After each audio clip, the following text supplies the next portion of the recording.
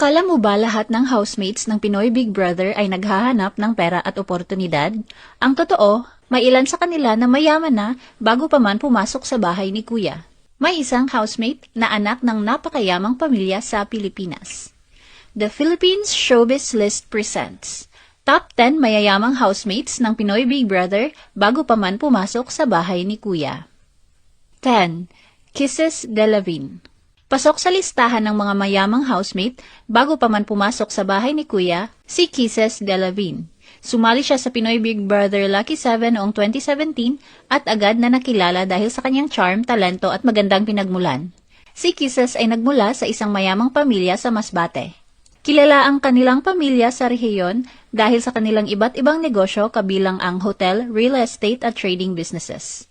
Ang kanyang ama ay isang engineer, habang ang kanyang ina naman ay isang entrepreneur at accountant. Bilang only child, lumaki si Kisses sa isang comfortable life, gayunman, hindi lamang siya umasa sa yaman ng kanyang pamilya. Sa paglipas ng panahon, nakapag-ipon at nakapagtayo rin siya ng sarili niyang 4-story building. Sa kasalukuyan, siya ay nag-aaral ng ballet sa Martha Graham School sa New York City. 9. Manolo Pedrosa. Kasama rin si Manolo Pedrosa na naging housemate sa Pinoy Big Brother All-In noong 2014 at nakilala sa kanyang charm at talento. Nag-aral si Manolo sa mga kilalang paaralan tulad ng LaSalle Green Hills, Enderun Colleges at University of Asia and the Pacific. Dahil sa matagumpay na negosyo ng kanilang pamilya, lumaki si Manolo na may comfortable life. Ang negosyong ito, na nakilala bilang Majestic Ham, ay itinayo ng kanyang mga magulang noong early 1990s. At patuloy na lumalago hanggang sa kasalukuyan. Isa si Manolo sa mga co-owner ng ham business ng kanilang pamilya ngayon. Itinampok din ang negosyong ito sa programang Pera Paraan, kung saan ibinahagi ang tagumpay at paglago ng kanilang ham business. Ayon sa ulat, tuwing lean season, ay kumikita ang negosyo ng humigit kumulang 1 million pesos hanggang 2 million pesos kada buwan. Kapag peak season naman, lalo na tuwing Pasko, umaabot ang kanilang kita sa humigit kumulang 10 million kada buwan. 8. Bianca De Vera. Si Bianca De Vera ay sumali sa Pinoy Big Brother Celebrity Collab Edition noong 2025 at nakilala sa bansag na ang Sassy Unica Iha ng Taguig.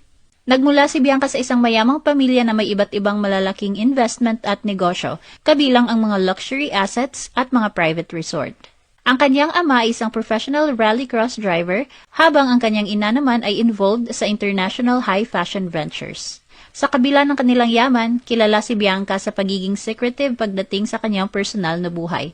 Sa kasalukuyan, patuloy niyang pinauunlad ang kanyang personal brand sa showbiz habang tinutupad din ang kanyang pangarap sa culinary field. 7. River Joseph. Kabilang rin sa mga housemate na nagmula sa mayamang pamilya bago pa man pumasok sa bahay ni Kuya ay si River Joseph, na naging housemate sa Pinoy Big Brother noong 2025. Nakilala siya sa bansag na sporty business bro dahil sa kanyang active lifestyle at pagiging businessman. Si River ay pamangkin ng presidente ng SM Retail Incorporated.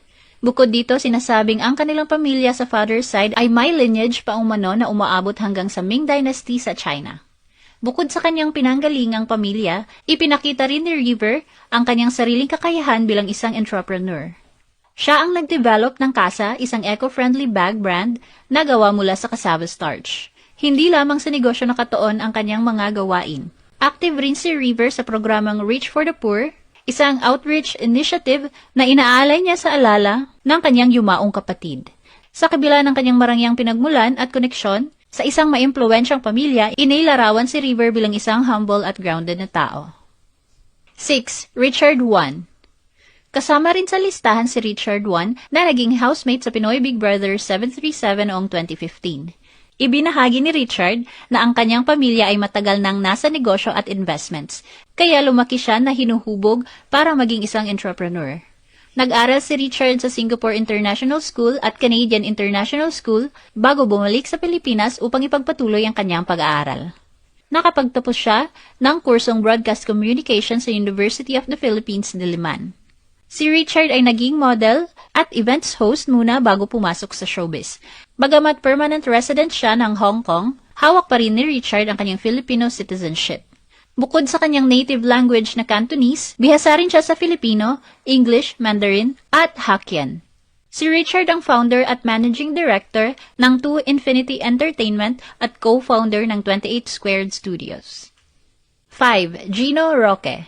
Si Gino Roque IV, na naging housemate ng PBB 8 noong 2019, ay tinaguriang businessman of steel ng Quezon City. Nagmula si Gino sa isang mayamang pamilya na matagal nang konektado sa iba't ibang larangan ng negosyo. Bago pa man siya pumasok sa PBB, nakapagtatag na siya ng sariling pangalan bilang isang entrepreneur. Naging bahagi siya ng iba't ibang industriya tulad ng real estate at food business. Isa rin siya sa mga tumulong sa retail business ng kanilang pamilya na kilala bilang Camiseta. Bukod dito, itinayo rin niya ang isang successful na apparel-turned-events business na tinatawag na Forza. Naging maayos at patuloy na lumalago ang Forza noong panahong pumasok siya sa bahay ni Kuya. Sa loob ng bahay ni Kuya, naging kapansin-pansin si Gino dahil sa kanyang maturity at business-minded na pananaw sa buhay.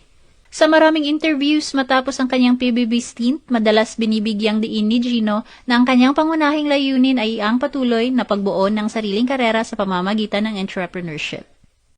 4. Caprice Cayetano.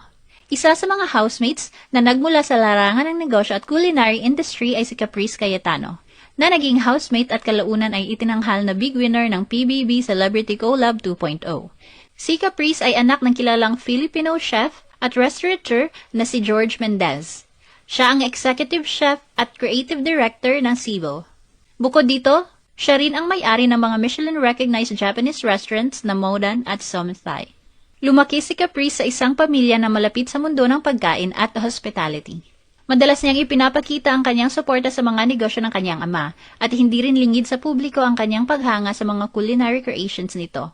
Kasama ang kanyang ina at kapatid, madalas niyang ibinabahagi ang kanyang pagpapahalaga sa mga lutuin ng kanyang ama, lalo na ang paborito nilang chicken inasal.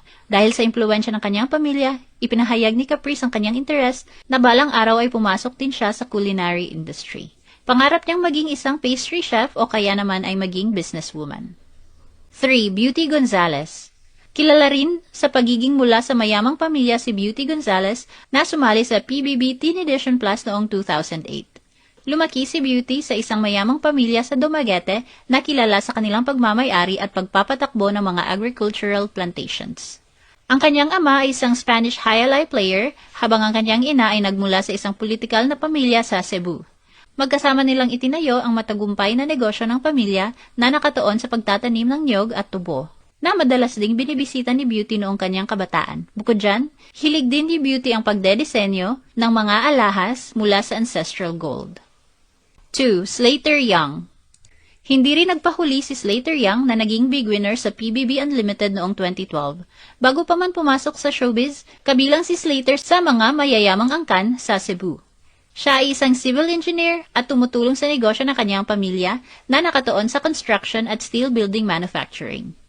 Ang pangunahing negosyo ni Slater ay ang Lightcrete Corporation at pumasok din siya sa iba pang venture tulad ng real estate development.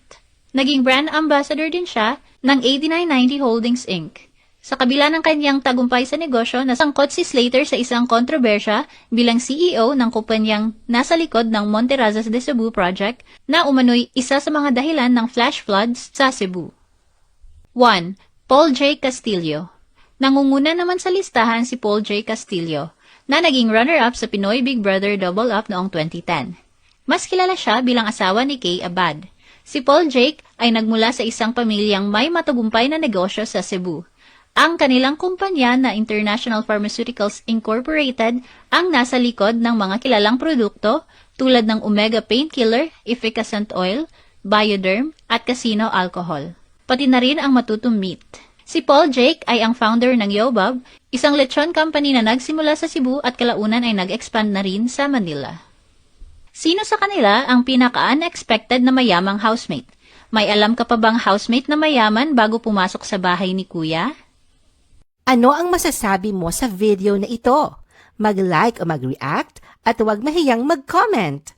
For our YouTube viewers, huwag kalimutan mag-subscribe at i-hit ang notification button. At para sa aming Facebook viewers, mag-like at follow sa aming Facebook page para updated ka sa mga showbiz chika. Thanks for watching!